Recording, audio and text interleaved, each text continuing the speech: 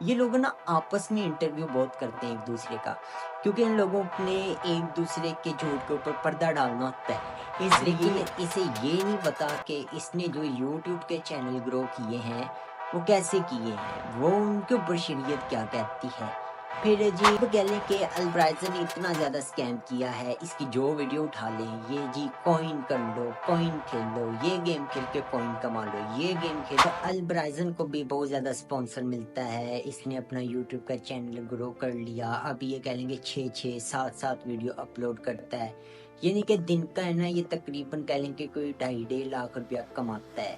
अगर 2.5 लाख रुपया कह लें कि तकरीबन 9 लाख 9.5 लाख व्यू से कमाया जा सकता है, तो अब एक सवाल ये भी उठ गया है कि अगर तो 1 मिलियन से तकरीबन मंथली कोई कह लें कि 20 लाख रुपया कमाया जा सकता है, तो फिर भाई 2.5 करोड़ रुपया 37,50,000 सब्सक्राइबर के साथ भी कमाया जा सकता था, जो शफीक जाफरी की स्टूडेंट ने बेच दिया। ठीक है, अब कह लें कि अल्ब्राइजर ने इतना ज़्यादा स्कैम किया है, इसकी जो वीडियो उठा लें, ये जी कॉइन कर लो, कॉइन खेल लो, ये गेम खेल के कॉइन कमा लो, ये गेम खेल के कॉइन कमा लो।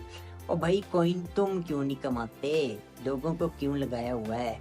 फिर ये लोग अचानक ना उलामा बन जाते हैं। शफीक जाफरी को बहुत शौक है, मैंने इसका देखा है, ये जी कह लें कि इतना ज़्यादा शौक है ना इसे में दीन बनने का। हर बार ये कह लें कि बीच में चीज़ें लेके आता है और अचानक आलमी दीन बन जाता है। लेकिन इसे ये नहीं पता कि इसने जो यूट्यूब के चैनल ग्रो किए हैं वो कैसे किए हैं, वो उनके ऊपर शरीयत क्या कहती है।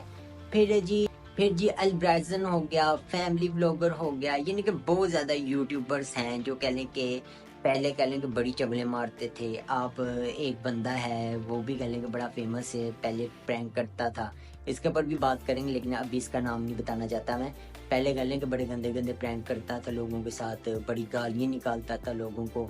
आज कह लें कि वो कभी डॉक्टर ताहरुल कादरी के बारे में बात कर रहा है, कभी वो हबीब मदनी के साथ इंटरव्यू कर रहा है, कभी वो वैसे रजा कादरी के साथ कर रहा है, कभी डॉक्टर जाकिर नाइक के साथ कर रहे हैं। इनके इज्जत माप बन के बैठ जाते हैं। ऐसे ही ये यूट्यूबर्स हैं। ठीक है, इन लोगों को कह लें कि एक दूसरे के साथ पॉडकास्टिंग करने से वक्त नहीं मिलता। और अगर तो आप एक चीज़ नोट करें ना, जो मैंने अभी तक नोट किया वो ये है कि अल्ब्राइजन ने अभी तक किसी को इंटरव्यू नहीं दिया। अब अल्ब्राइजन ने इंटरव्यू क्यों नहीं दिया, क्योंकि दिन में 6 वीडियो तो भाई इसने बनानी होती हैं। ठीक है, 6 वीडियो बनाना आसान काम नहीं होता, बड़ी खपत होती है, लोगों का कह लें कि स्टेमिना ज़ाया हो जाता है, एक बार इंसान को पता चल जाता है कि मैंने क्या किया है। ठीक है, लेकिन फिर भी 6 वीडियो बनाना आसान काम नहीं होता, मुश्किल काम ही है। ठीक है, लेकिन वो 6 वीडियो जो हैं वो भी लोगों को कह लें कि गुमराह करने के लिए है और अपने पैसे किसी तरीके से बनाने हैं, यही सिर्फ एक इन लोगों का मिशन होता है। और ये कमा भी रहे हैं, ये नहीं कि कमा नहीं रहे।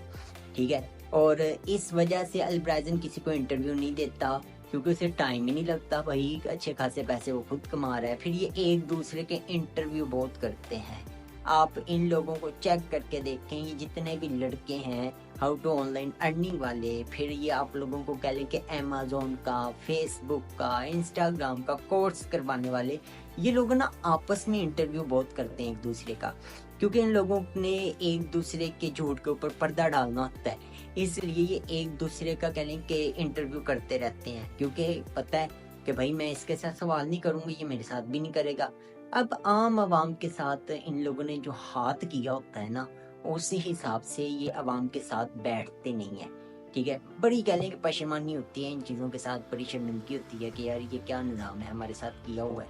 ठीक है, अब आप हिसाब लगाएं, ये कौम जो है अभी इतनी बेदार हुई है कि पिछले सियासतदान हमारे साथ जो करके जाते थे, हमने कभी उसका एक्शन नहीं लिया, क्योंकि देखें अवाम में सियासी तौर पे शऊर आ गया है, अवाम को पता चल गया कि अवाम ने कैसे बात करनी है और किसकी बात सही है और किसकी गलत है।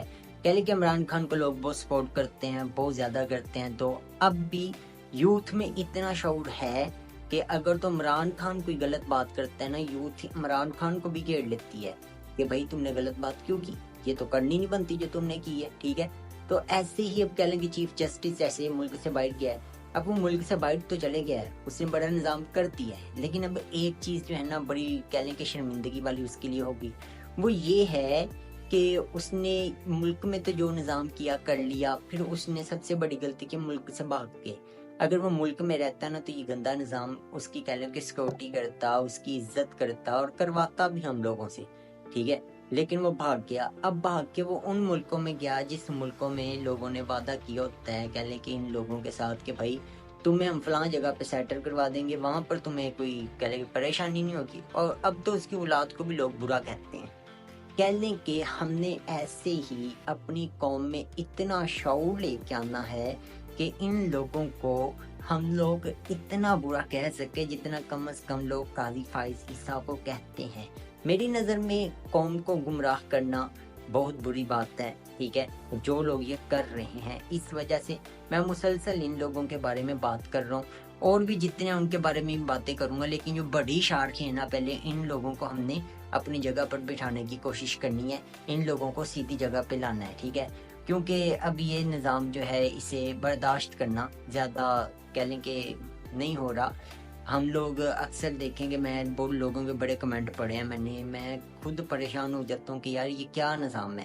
ان لوگوں کی پاکٹیں بڑھ گئی ہیں, ان لوگوں نے کہہ لو کہ اپنے نظام چلا لیے ہیں, لیکن جن وجہ سے ان لوگوں کے نظام چل رہے ہیں وہ بیچارے وہیں کے وہیں ہیں, ٹھیک ہے. ان لوگوں کو کوئی فرق نہیں پڑ رہا. ایسے